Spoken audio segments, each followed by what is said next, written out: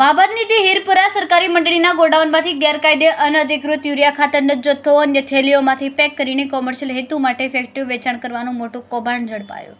સરકાર દ્વારા ખેડૂતોને યુરિયા ખાતર સરકારી સબસિડી કપાતા 266.50ની કિંમતે અધિકૃત લાયસન્સ ધારકોને વેચાણ કરવાનું હોય છે, પરંતુ બાબરમાં ખેડૂતોને અપાતું સબસિડીવાળા યુરિયા ખાતર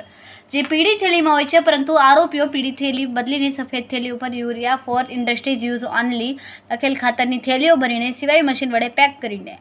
ઔદ્યોગિક એકમોમાં મોટી રકમમાં વેચાણ કરીને મોટો આર્થિક નફો મેળવવા સારું સબસિડીયુક્ત ખાતર ઔદ્યોગિક એકમ સુધી પહોંચતું કરવાનું ષડયંત્ર ચાલતું હતું તેવી માહિતી ભાભર પોલીસ અને સ્ટાફના માણસોને મળી હતી. ભાભર પોલીસે બાતમીવાળી જગ્યા પર ભાભરના હીરપુરા વિસ્તારમાં દરોડા પાડતા સ્થળ ઉપર સબસિડીવાળું અધિકૃત યુરિયા ખાતરનો જથ્થો અન્ય થેલીમાં પેક કરીને ટ્રકમાં ભરતા પોલીસે ₹15 લાખનું યુરિયા ખાતર અને અન્ય સહિત ₹22,19,990ના મુદ્દામાલ ઝડપી પાડીને ટ્રક અને યુરિયા અન્ય મુદ્દામાલ કબજે કરીને 3 આરોપી સામે ગુનો નોંધીને 2 આરોપીને ઝડપી લીધા અને ગોડાઉન સીલ કરીને ખેતીવાડીને જાણ કરી. અહીં ઉલ્લેખનીય છે કે આવો કાળો બજારમાં કેટલા સમયથી જતો જ હતો અને આવો જથ્થો કોને ત્યાં મુકાતો હતો તે પણ તપાસનો વિષય બને છે. આમ આવું કૃત્ય કરનાર સામે